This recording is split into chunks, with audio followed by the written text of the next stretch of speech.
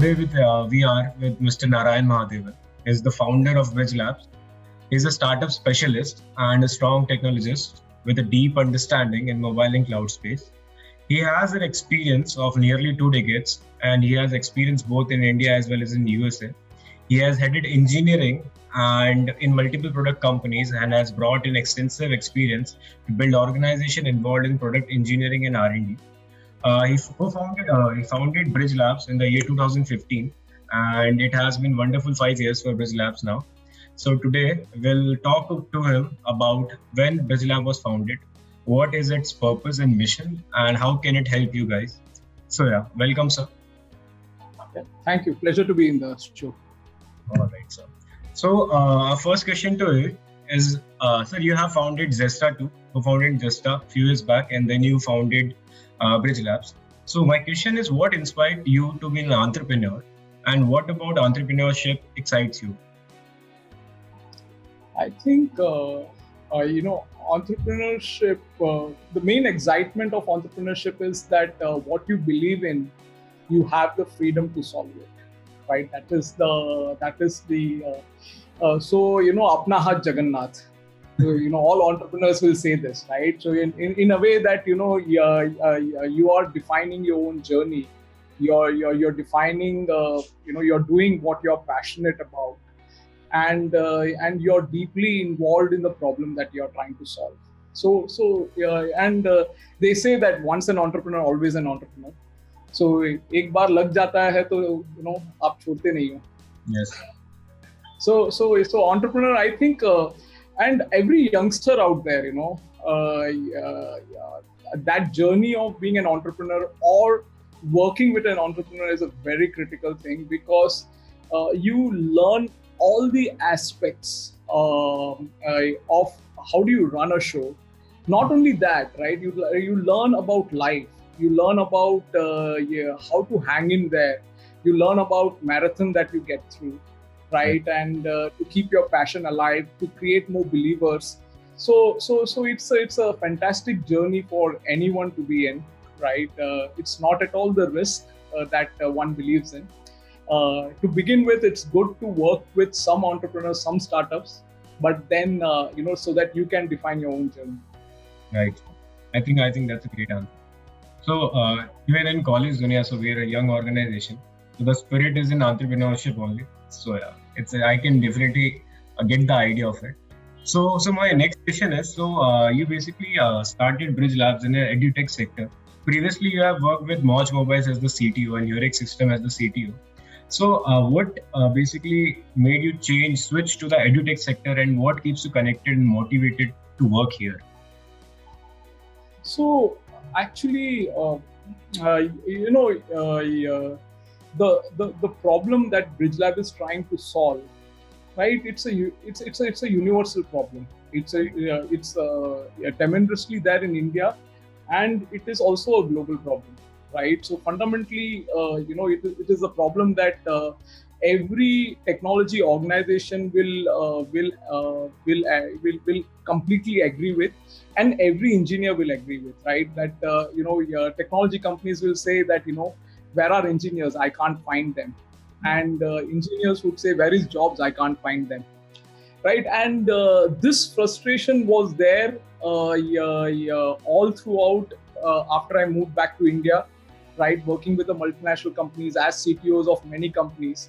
And I realized that my earlier startups actually solved this problem. And every startup in India actually solves this problem, especially the bootstrap startup, right? Where the founder is putting his own money into it. Typically, they get an inexperienced engineer, essentially the freshers, right? Because you can reduce your cost. Now, what is it in it for freshers, right? For freshers, they get to learn by actually doing. That is 100% practical. This is something that they miss in their college, right? It's very theoretical. It's taught on board. It's taught on PowerPoint. Right, getting your hands dirty is something we don't do. Right, if you take a sport, right, cricket, who is you get onto nets. You take swimming, you jump into the water. Right, if you want to cycle, you actually cycle. But unfortunately, with technology, you are reading a lot of theory.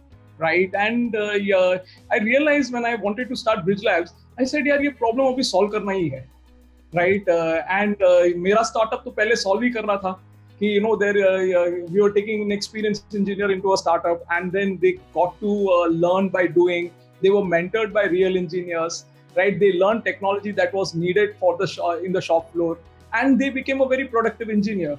I said, how can we solve this for the ecosystem as a whole, for engineers who are in need of a deep tech job, right? And for companies who are desperately trying to find a job, right? And there is a famous saying in this world is that it's an empty pond syndrome, where fish exist but everybody is hungry, right? And right, the companies are not finding engineers, they are hungry. The engineers are not finding a job, they are hungry, right? So it was there in writing that we had to solve this problem, right? And one more advice on entrepreneurship is that from my own learning, because I did 2 failed startups, and that too for 10 years, right? so the problem for entrepreneurs becomes very easy if the stakeholders, that customers that you're tackling with, they completely adhere to your problem statement. Right? If I tell the tech companies there is only 1% of the engineer who are directly employable, they say 1% bhi kidhar hai, mere ko to dikhta nahi hai. Right? If I tell engineers there are many jobs, they kahan hai, mere ko to milta nahi hai. So if you are able to understand that stakeholders have issues and you can create a bridge, right, you have solved the problem. That is what Bridge Lab does. I definitely understood why the name is Bridge Labs. So it's really meaningful, since you're actually trying to bridge the gap between them. Yeah. So sir, I think you basically hinted an answer to my next question. So my next question was, when was Bridge Lab founded and what was the school of thought behind it? So if you can actually tell us about the journey, like when you came to India and what actually made you think about this idea. Yeah, so I came back in 2003 after being 10 years around in US. I studied there. Right. I came to head technology here, and the entrepreneurship bug was always there, right? And really, the engineers typically are always, sitting in within the 4 walls. They are never exposed outside like a business folks would be. So my hunger was always that, I want to step out of office, right? Not just be in the 4 walls, right? So realized that I could do it if I could do my own startup. So first startup I did that for good 5 years. Right, and actually, as Steve Jobs says, that dots are somehow connected, it or not, right? So when I did my first startup in 2007, right, around the same time Myntra and Flipkart and all came, my startup also came around the same time, right, to solve a supply chain problem for print solution, right? The best part about it was that we said, we came with a unique idea, right? We'll take inexperienced engineers. Right, and we told this inexperienced engineer that 6 months if you stay with us, right, typically unemployed fresh engineers, we will give you an experience letter. Okay, in this 6 months, if you can't tolerate us or I can't tolerate you, we both can depart. 6 months aap mere sath raho, right? So first set of engineers came, right, and practically all of them got job with Flipkart and Myntras of the world. Right, and slowly, plenty of such engineers kept joining us, right? Because they realized that 6 to 9 months was a valuable experience that they could get, and they could get job anywhere they want, right? And in 2012, when I was coming out of Zesta, I realized that close to 150-200 engineers who were traditionally unemployed really found hardcore tech jobs with coming into Zesta. So actually, path change ho gaya. I was solving some other problem. I really solved some other problem. Yes. I didn't realize till I was leaving that company. Right. Then I started another company called Make Tech Easy. Yeah. Right. I realized that the engineers, the biggest problem is there is a fear of coding. It's not that they can do or not, but the fundamental problem is that they are fear. Ye mere ko jamta nahi hai. Right. And that does not mean they cannot do it. In reality, they can do it. Right. And today we lose 45% of our engineers who can get a deep tech job to a non-tech job. Right? It's a huge number. They take up digital technology job. They take up any job, but a technology job, right? Yeah. When tech is the tech, you can build a career. Tech is adding jobs, right? And unfortunately, they are the ones who are. And the reality, the sadness of the problem is that is rainwater is wasted. It cannot harvest back. So if after engineering the first year they don't take a tech job, it is lost. They will never come back to tech, right? So it is important that you catch them young, right? So this all were problem that I was seeing, right? And the industry, I was with the industry, and the industry was not able to find engineers, right? So it was a natural extension for me to start Bridge Labs, right? To solve the problem end to end, right? And Bridge Labs actually, as a word, as you said, is bridge to employability through a lab. Right. The importance here is lab and employment. Right. The belief, there is no point, right? We realize that edtech sector as such, right? We talk about edtech, right? And there are plenty of fantastic edtech sectors, right, that are there, but they are not outcome focused. Ultimately, I'm trying to get skilled. I want to get certification. For what am I doing all this? I want a job. Right. But if the outcome is not the focus, then how can the outcome happen? If you see the largest platform out there, right? You take, Udemy, edX. Where is the job that is coming, right? You could have, Andrew Ng, who is a founder of Coursera, could be teaching machine learning. But how many people find machine learning job after taking that course? Yes. Right. So edtech is not outcome focused, and the job tech, right? Recruitment platform like Naukri is not able to skill to job, right? So it is essentially allowing job seekers to be there, but neither job seeker is ready for the employer, neither employer is finding job seeker. Right. Right. So you needed a platform that combined the two. It skilled them, practically skilled them, and made sure that they are getting to employment. So we sit at 100% employment, 100% placement. Right. We work with the industry, we work with the engineer, right, and create that bridge to employment through a lab. And everybody in our engineering understands lab. Because that is something we fear, but in reality, that lab is what is going to give us job. Right. So you talked about the bridge and the lab. So basically, I believe there will be a lot of engineers who are currently engineers, who are passed out engineers, who would be watching this video. So they would understand that Bridge Labs is a platform that would basically provide them skills that they need for a job. But however, if you were to describe them, what exactly the product or the services that Bridge Lab will provide to them, and how those products are unique to any other competitor or any other player in the industries. Yeah. So fundamentally, the very first that is unique, and not only in India, across the globe, is 100% employment guaranteed. Right. 100% placement. Okay, so this is what we stay by, and this is what we have done for 5 years. Right. जो भी Bridge Labs में आता है, उसको employment मिलता है. Right. This is and for doing this, there is a lot of things that needs to be done right. Right. The very first thing that we do right is essentially we believe in a concept called a maker concept. Maker concept is learned by doing do it yourself. Right. That means it is 100% practicals. That means it is 100% problem solving. Right. We do not believe in a trainer-trainee concept. So we have no trainers. All our mentors are our own alumni who are working in product companies, and we strictly maintain that 1:10 ratio. That means for one mentor, there is only 10 learners, and that means code review can happen. They can learn together by coding. Right? So 100% coding, 100% practicals. So they essentially get into our foundation program, where it is where they are learning the core foundation that is needed in tech industry. During this foundation, parallelly, what we do, we work with the tech companies. Right? So today we have 500 tech companies that work with us. They give us a mandate. They tell us what kind of engineer in which technology they need people. Right? So what happens is that after they get into the regular fellowship program, we actually track them. We create a track score for them, for all of them. And based on their caliber, we match them to the job with the industry, because the industry, the companies are giving us the mandate. Okay. And then the second leg of the program starts, where they are custom skilled, tailor-made to the requirement of the company.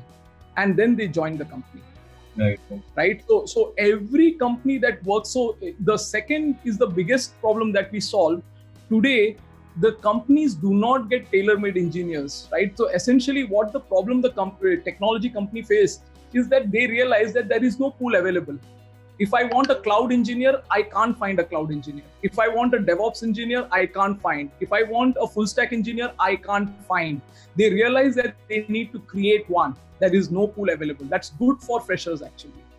Right? So what we do is that we get their requirement from the company and tailor make exactly to their requirement.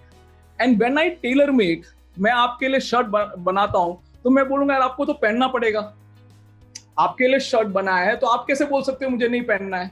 Yes. So all our engineers get taken by the industry because they gave us the requirement and we tailor made to their requirement. Right. So that is the reason we are able to give that 100% employment guarantee.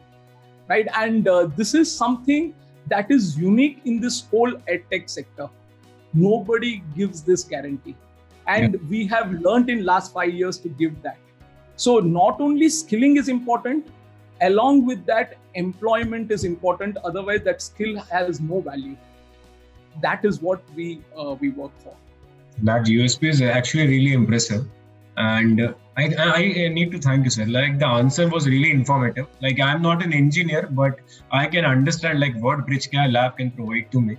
So yeah, thank you for a very informative answer, sir. So you talked about sir edtech sector. So my question to you is, post-COVID, there has been a lot of boom in the edtech sector. Like people are at home, people are going for courses online. So now the things are calming down and it might get calmer. So what is your perspective on this thought that will this boom sustain or will it fall after some time? I actually, this boom has to sustain. Right, because what is happening is that the traditional educational media, right, the technology is rapidly changing things, right? It is disrupting things every year, and the traditional educational structured mode is taking too long to adapt to the change. By the time they adapt to the change has already occurred and ho gaya ho. Right. So the education sector is not able to cope up with the change in the technology that is happening. So I believe that it is very difficult for an educational sector in a structured mode, in a curriculum mode, for them it takes 2 to 3 years to redefine their curriculum, even in US, right? So how will they adapt to the drastic change? So only way this can happen is through the edtech sector, which can keep changing to the changing needs. So it is bound to happen. It is going to challenge the education sector, the formal sector that is out there. I'm not saying formal sector is not important. It's very important. It gives you that grassroots level. But the truth also remains that they are not producing employable folks, right? And employable folks requires industry-ready skills. Right. And that is the gap that, like our company does. And that's a gap I believe every edtech sector is trying to solve. So actually, I think that's actually a very unique perspective on this question. Like I have asked this question to other dignitaries. I think your answer is like really logical. And yeah, there is a logic to it and that I can understand. And sir, so it's been around 5-6 years since you have founded Bridge Labs. And you have guaranteed 100% placements now. So how has the journey been so far and what are you planning for the future? So journey has been excellent. It has been a fantastic learning. We started off, unlike the typical edtech sector, where you start designing your curriculum and courses. That's not the way we started. We started with working with the industry first. We said, we went to the industry, we went to tech companies and said, what is your requirement you give to me? I will prepare the engineer and give it to you. Right? And then we worked. So first 5 years was essentially working with so many tech companies out there and clearly understanding their requirement, what it is, to what impact that we can bring today. So first 5 years, we would have done around 2,000 engineers. This year alone, we are looking at doing 3,000 to 4,000 engineers, right? So what we did in 5 years, we are trying to do in 1 year, right? Next year, our target is 15,000. In 5 years, we want to touch 100,000 engineers, impact million, right? That's a scale we are able to do because the first 4-5 years, we spent to understand what is that industry gap is, what every company needs, and how do we tailor make to them. Right, sir. Right, sir. So, sir, So what, like you mentioned that you have been looking at 1 lakh engineers in the future. Sir, are you actually planning on, like, how do you plan on scaling these numbers basically? How do you plan on reaching to these engineers? So there are two aspects of the problem, right? When you talk about a large number, right? There are three stakeholders in this. One is the engineer himself, right? So today, close to 1 million engineers graduate, right? 80%, only 20% are taken by services industry, right? Remaining 80% really are not employed on campus, Yes. right? 45% of them are employable to tech, but we lose them to non-tech jobs, and the remaining go unemployed. Right, that means they are doing absolutely not relevant to engineering at all. Right. So our belief is that that we can change this equation. Right. If we can take that 40-45% who deserve tech to get to a tech job, then the people who are not getting job can be taken into a non-tech role in a tech company, like a support role, like a QA role kind of thing. Right. So that way we can create employment to all, right? So from a supply side, there is a humongous supply that is getting created. If you look at NASSCOM also, which is good for freshers to hear, that out of 4.5 million engineers India has, right, only 30% are digitally tech ready. 70% are not. So either the 70% reshape themselves or the fresher actually take over that job. That is the reality that is happening. The other end, this sector is increasing job by 15 to 20% every year, right? By 2025, India alone needs to have 7.5 million engineers, right? Worldwide, there is 29 million engineers. By 2030, there are worldwide 50 million engineers. India will need 12 million engineers. So this sector is producing jobs. We just need to make sure that the supply is ready to take up that job. Right, sir. So basically, the pool of engineers is huge, and the opportunity that BizLab is providing is actually great. So the potential is huge. We just need to tap on this potential. Absolutely. Basically. Every engineer, if they want a tech job, can get a tech job. They have to believe in it, because the demand exists, the job exists. Today, 1 in 4 jobs, companies are not able to fill. So they open 4 recs, they are able to fill only 1 rec. Right, so that is the reality. But the company wants the engineer to be ready. That's the unfortunate truth. A lot of engineers, we feel, यार company जाएंगे वो हमको सिखा देगा. Please don't rely on that. आप अपने आप को ready करो. Job है. Right, sir. Sir, our last question and the concluding question is directly addressed towards the students or the engineers who have passed out. So there is, like, in the COVID, the engineers are going through online classes. People are working from home. Convocations are online. So you, as a leader, as an entrepreneur, and as a human, what advice do you have for these students or engineers, basically, in order to pursue their career or life? How to go about it? I think, my advice to them is that, don't go behind a job. Job is there. Right, assume that variable, right? Equip yourself, right? Because what industry? I'll give you a practical answer to this, right? When we graduated and when I came out of engineering, right, practically all tech companies had a concept of a shadow resource. Right. What does shadow resource mean? That means I am in a billable project, but a non-billable resource. So that means I am in a project, but I am not billed for it, right? Right. So I am a shadow resource, right? Who is essentially to a company is not getting built, right? But now, and they were there for 6 to 9 months as a shadow resource, and they learned by doing that job. Unfortunately, with the tech changing so rapidly, no company is ready to take a shadow resource or ready to skill that resource. They want a ready-made, job-ready resource, right? So if you can go after skilling yourself in whatever field that you want, believe that the job exists. You will get job and you will be relevant for life, right? And that is the advice I want to give. Whatever you take, right? Enormous opportunity exists today, right? That you believe in. Thank you very much, sir, for your answer and for the interview. So the answers, like this interviews was very logical, very genuine, and very optimistic for the engineers and the student community as a whole. So before we part, sir, if there's any final words that you'd like to address, you might go. Oh yeah. My best wishes to engineers is that all the freshers, right? That college dunya takes care of, right? And does this good show of getting industry folks to it, so that they are in a way you're trying to bridge that gap, right? So essentially, just be equip yourself, right? As I said in the previous answer, right? And you will realize that you have a fantastic career ahead of you. Right. Thank you so much.